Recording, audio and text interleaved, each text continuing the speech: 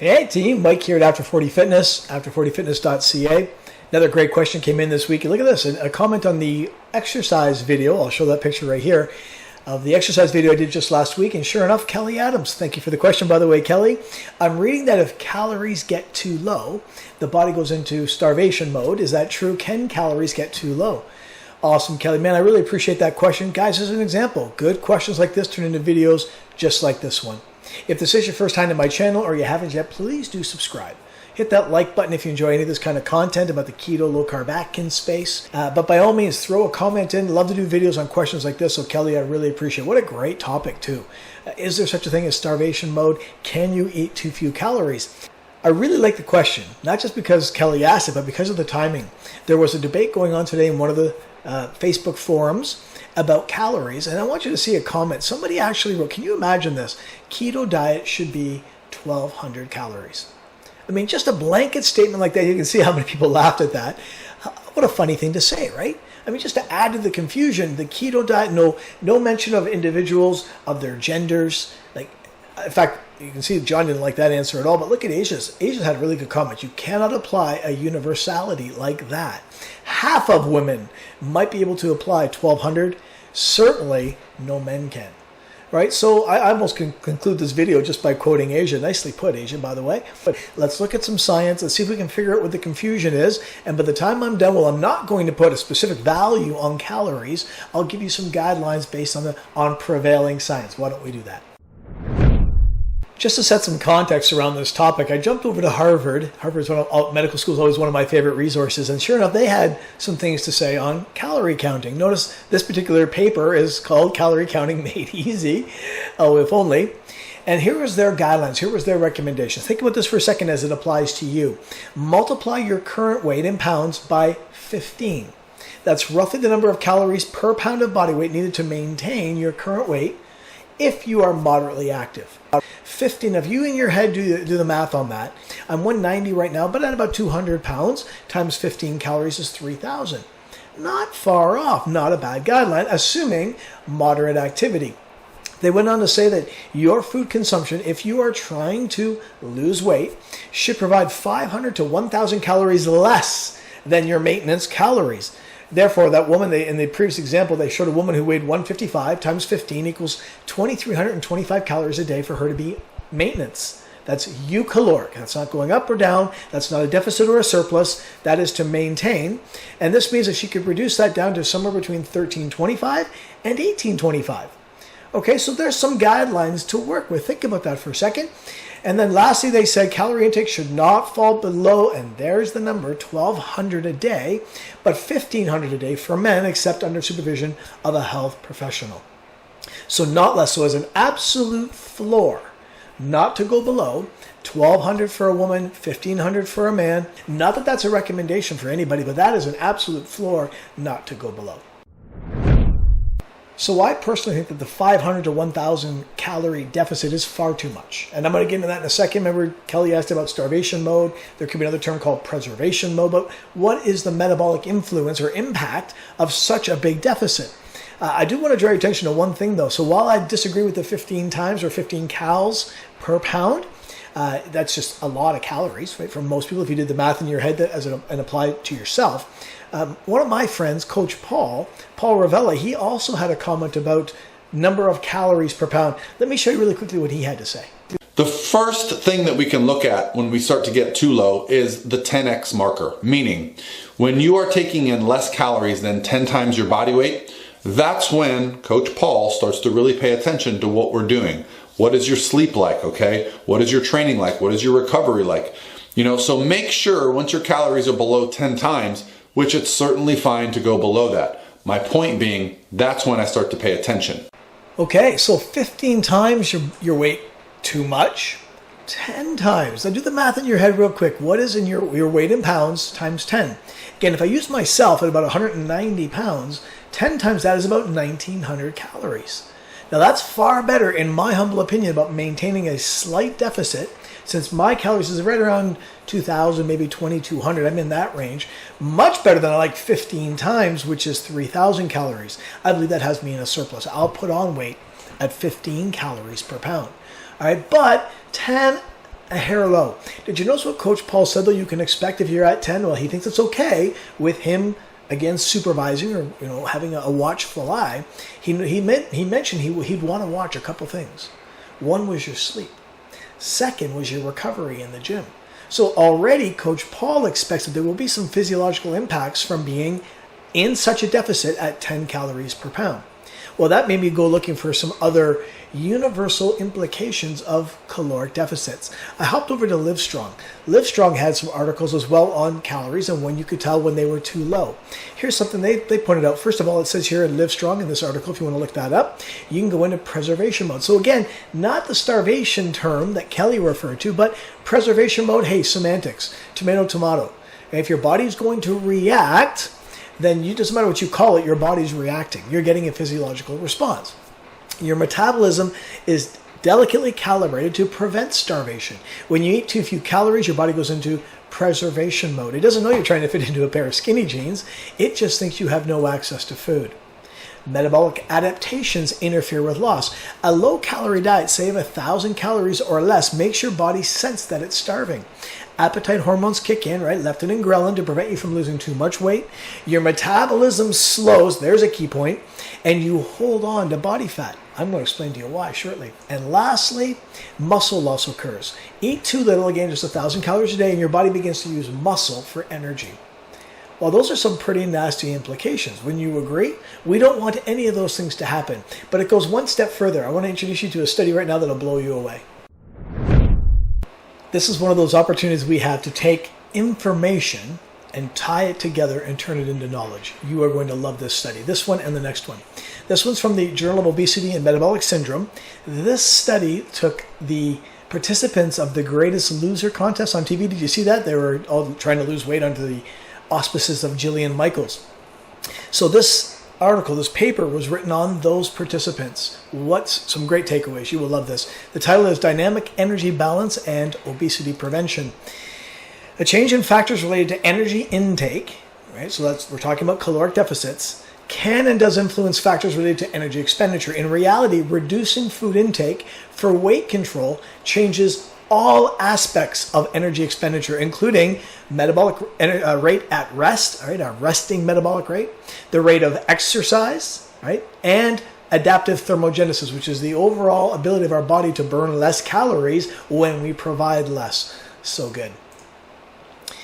With calorie restriction, negative energy balance or caloric deficit, and weight loss cause reductions in all energy expenditure components, including resting energy expenditure, dietary-induced thermogenesis, and activity-related energy expenditure. The entire change, check this out, of energy expenditure is the adaptive thermogenesis, the overall encompassing drop in our metabolic rate is called adaptive thermogenesis, and it can vary, check this out, between 100 and 500 calories a day. Right? People wonder why they can cut their calories and lose for a couple of days, couple of weeks, right? And all of a sudden the losing stops. That's why. Adaptive thermogenesis is the mechanism whereby your body says, I'm used to 2,500 calories a day. You're only giving me 1,500. Screw you. I'm going to down-regulate everything via adaptive thermogenesis so I don't need more than 1,500 calories a day, or in this case, between 100 and 500. Oh, that's so key. A substantial decrease in resting metabolism, okay, this is without doing any exercise, this is just living, just breathing, the calories we burn just at rest, during active weight loss might not be avoided by the addition of an exercise program. I'm going to stop for a second because I've been preaching that for 2 decades. I've been saying to everyone who's in the low-carb, Atkins, and keto space that if you want to prevent this metabolic slowdown and or the loss of fat-free mass, or avoid the loss of muscle, you must resistance train. You must fit in some resistance training with weights and or some HIIT, right, to prevent it. This now says, based on the results of this study and these Biggest Loser participants, that isn't always the case. Notice, fat-free mass preservation, right, so not losing muscle, did not prevent slowing of the metabolic rate during active weight loss. Therefore, participants tended to regain weight unless they maintained the same high levels of activity or those same significant caloric restriction. Ouch. Hope that sunk in. And lastly, suppression of resting metabolism continued. Oh my God. Check this out. They followed up with the participants of the Biggest Loser seasons 6 years later. Weight gain weight regain due to decreased resting energy expenditure and increased adaptive thermogenesis. After the massive weight loss, it seemed inevitable. Oh my God. So the takeaway from this, I'm hoping it's sinking in. The takeaway from this is we cannot let that happen. You must fight tooth and nail to prevent A, a loss of muscle loss, and you can't afford to lose any, even an ounce of muscle, but B, this adaptive thermogenesis, we got to figure out how to stop that. Right? If you and I drop our metabolic rate by anywhere between 100 and 500 calories a day, how do you compensate for that? You can't win. That's a game you cannot win. This is where we take, again, those little pieces of information, and turn it into knowledge. We have to do something about this. Knowledge says you and I have to prevent this. One step further, I want to show the impact to the greatest loser participants, but they worked their butt off. They slashed their calories in some cases to 1,000, 1,200, 1,500 for the men, but some of the ladies were below 1,000 calories a day, and then they worked them 6 hours a day. Resting energy expenditure was reduced as an average for these participants in the biggest loser by 789 average calories a day. Unbelievable. Almost 800 calories a day. They burned less by the time they were done the competition. Notice 500 more than they expected. They actually only expected a 300 calorie per day drop in their resting energy expenditure, and yet it was 800. Unbelievable. Right? Now, this is really key, right? We have to avoid this at all costs. So my question to you then, and maybe think about this for a quick second, is how can we tell? How can we tell when we dropped into a caloric deficit? Well, there are some telltale signs. Let's look at those next. Got 2 more studies to share with you, but before I do, great article on healthline.com. Healthline had an article on, here it is, 9 signs you're not eating enough. So 9 signs that your caloric deficit is too big. Let's have a look at the 9, and you ask yourself, do any of these apply to you on your keto, Atkins, low-carb journey? Number 1, low energy levels. Interesting, right? You would think that makes sense, right? Your resting energy expenditure, your daily output of calories, your body's doing its best to conserve.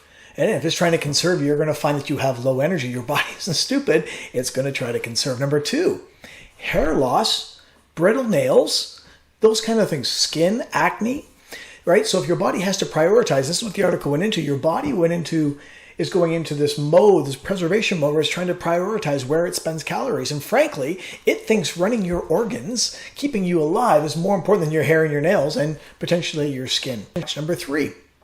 Not just hunger, but constant hunger. We talked about hormones, about leptin and ghrelin. Leptin being the satiation hormone and ghrelin being the hunger hormone. When those are out of whack because of low calories, you'll be hungry all the time. Number 4, inability to get pregnant. Interesting, right? In fact, women talk about it all the time. They lose their periods. They become infertile. That's what a crash caloric deficit will do. Number 5, sleep issues. Actually caught me by surprise. I would have thought that if your calories are low and your body's in this preservation mode, that you'd want to sleep more and sleep better, because that's the lowest point of your day as far as energy expenditure and calories getting burned goes. And yet, sleep issues is very common in a strict caloric deficit. Number 6, irritability, mood swings, right? If not outright depression. So irritability is a big one. Feeling cold, number 7, feeling cold. And yet when you think about that, doesn't it make sense? Our body is burning less calories, even less to produce keep our core temperature at bay or at homeostatic level, so feeling cold. Number 8, constipation. I don't know how, but somehow less calories getting burned means poor bowel movements, right? So constipation is a problem. And number 9, anxiety, stress. Right? Cortisol. In fact, I'm going to finish this. There's the 9 telltale signs that you can do without having to go get blood work done. But let's go look at 2 in particular. Let's look at this last one about stress and anxiety. And then I'm going to jump back up to menopause. Women, you're going to enjoy this. So stick around for the last 2 studies and I'll breeze through them as quick as I can. If you've watched any of my videos or you understand my philosophy, I like to admonish people to eat at homeostatic calories, to eat eucaloric. In other words, not in a deficit, but not in a surplus, right at maintenance. And then create their caloric deficit via exercise, via activity. Okay, that to me just seems so prudent, and that's how I've lived my life and how I admonish my boot camp crew and anyone who listens to me. So I love it when just science falls into my lap that supports that. I try not to be one of those people who has cognitive dissonance, who goes looking for science that supports my premise and my philosophies, but every now and then, while I'm often proven wrong with science totally supports what I believe. This article on what I'm about to show you on cortisol is no different. Notice this is in the Journal of Psychosomatic Medicine. The title is Low-Calorie Dieting Increases Cortisol. Go figure. The purpose of this study was to see if dieting and the tracking of calories cause stress, both physiological stress and perceived stress. Sure enough, tracking calories proved to be stressful. Everyone had a stress response to having to try to keep track of their macros. However, restricting calories, notice on the other hand, increased total cortisol among the participants in this study. Isn't that interesting? So they actually show that just being in a caloric deficit, in this case, I just want to show you how much it was. The stress resulting was from restricting one's caloric intake to 1,200 calories. So remember we talked about that as the floor. So the women in this study were restricted to 1,200 calories, and then they were gauged to see how much their cortisol, how much their adrenal glands responded in the form of cortisol, stress hormone, to 1,200 calories. And sure enough, it was substantial. This was the key point, dieters may not even realize that restricting their caloric intake produces a physiological stress response, not perceived stress. So they had a perception of stress from tracking. They did not have a perceived stress response from caloric intake, from dieting. However, they had that cortisol response anyway, whether they knew it or not. As a result, dieters may assume that their restriction is not harmful and persevere in what may be a physiologically stressful diet. Isn't that remarkable? If dieting is shown in future studies like this one to reliably increase stress and cortisol, clinicians may need to rethink the dieting parameter and paradigm entirely. This study tested the hypothesis that dieting is ineffective because it increases chronic stress and cortisol, known to, it mentions cause weight gain, but certainly stall your weight loss. And the results, restricting calories increase total output of cortisol. Dieting may be deleterious to psychological well-being and biological functioning. Right? How's that for conclusions? Deleterious, dangerous. So I again fall back on that turning information into knowledge, that my recommendation seems to be prudent. You find out what your homeostatic caloric basis is to maintain, and then you create your deficit and via exercise, and then this doesn't kick in. You therefore don't have the cortisol response for being in a strong caloric deficit. And now the last study, by the way, is going to talk about how big of a deficit, if you're not going to listen to me and you're going to insist on having a caloric deficit from food, how big should it be? If you've stuck with me this long, it'll be worth it right now, I promise you. This study is going to be your key takeaway. It's in the American Journal of Physiology and Endocrinology. The title is Magnitude of Daily Energy Deficit, or of Caloric Deficit, Predicts Frequency of Menstrual Disturbances Associated with Exercise and Caloric Restriction. So again, women, this is for you, but men, don't worry. I'll apply this to you guys as well, to us.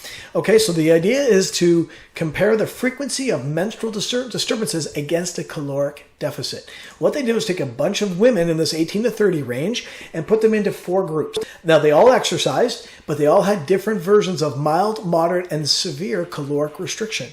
They put them through one cycle of their menstrual cycle, so one period that was normal at normal maintenance calories. Maintenance calories for them, by the way, for all these women were between 1,900 and 2,000 calories a day. And they watched how they had a normal menstrual cycle. Then for the next 3 months, 3 intervention cycles, they put them on a mild, a moderate, and or a severe caloric deficit. Notice the amounts. Mild, 8% plus or minus 2. So let's call it 6 to 10% caloric restriction. You can do the math. At 10%, by the way, let's just go in the high end and say if it was 10% of 2,000 calories is 200. So if they were in the 2,000 calorie range before on their baseline menstrual cycle, now they're at 1,800. Very modest, very what they call a mild caloric restriction. Moderate was 22 plus or minus 3. So let's call that 20 to 25%. Okay, and the severe group, ED3, was 42% deficit plus or minus 3. So in the 40 to 45 range. Oh my goodness. What do you think happened to their menstrual cycles? Let's have a look. The estimates of magnitude of energy deficiency, or so how the magnitude of their caloric deficit associated with their mental disturbances ranged between two groups, ED2 and ED3. What the study showed was that those who ate eukalorik obviously had no problems, right? And the group in the control group, they had no problem with their menstrual cycles through all 4 cycles. Guess what? ED1, which was the 6 to 10% deficit range, lost weight, but also had no problems with their menstrual cycle. All the disturbances, you'll see, menstrual disturbances were in the ED2 and ED3, the moderate and the severe caloric deficit groups. Notice, reflecting an energy deficit of 470 for the moderate caloric restriction group to 800 calorie a day deficit for the severe. Holy Hannah. I mean, I hope right now you're going, damn, that's a big caloric deficit. No kidding. It's too big, frankly. This is the first study to demonstrate a dose-response relationship between the magnitude of caloric deficit of energy deficiency and the frequency of exercise-related menstrual disturbances. Oh, so good.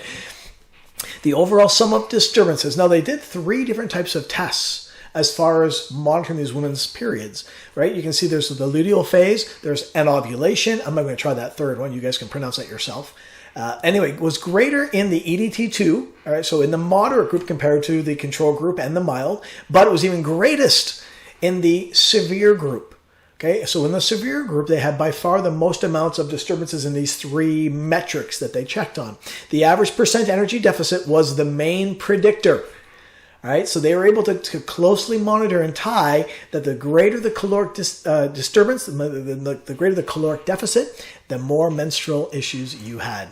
Okay, again, this is one of those studies that just proves to me that, oh my God, your caloric deficit should be at, well, we just established, your caloric deficit should be from food no more than 10%, right? Because you have your menstrual cycle as a clear barometer of when your hormones are getting screwed up, when you're having a physiological impact. Could this be the cortisol we just looked at? Could be. Don't know. They didn't draw that correlation. They just showed that the greater the caloric deficit, the more your hormones are screwed up, which is directly proved by disturbances in the frequency of menstrual cycle issues. How's that for a takeaway? Men, we don't have that. I wonder, it's a shame we don't. It's a shame we don't have something like, I don't know, like low sperm volume or mobility or something, or I don't even know. I wish we had something that was so blatantly obvious to me when my caloric deficit was too big. I wish I knew. Okay, you've got it. This is so clear, cut, dry to me. This is your key takeaway, is if there's any issue with your menstrual cycle, you need to up your calories. Or just do what I preach, follow my philosophy, and eat at maintenance, and then go work out a couple 100 calories a day. Gorgeous. Hey, listen, on that note, I hope you got some good information out of this. I hope you got some takeaways, because this, to me, was one of the best videos I've ever done. This is science that you can apply today. Okay, I'm going to put some video links down below on how to get started on a fitness program, what fat adapted is, keto 101, but definitely one on exercise, and why it's important that you exercise and create your caloric deficit from exercise. So those links are down below. But listen, on that note, I hope you enjoyed this time spent with me today. If you did, please do hit that like button. This is one of those videos where I hope I get a ton of likes, because this one was one of my best as far as delivering applicable science that you can use today. On that note, Kelly, thank you again for the question. It was so good. And please do, everyone, put your comments in. Let me turn it into a video just like this one where I get to rant and rave and preach and share some good science. On that note, I'll see you in the next one. Thanks so much. Bye.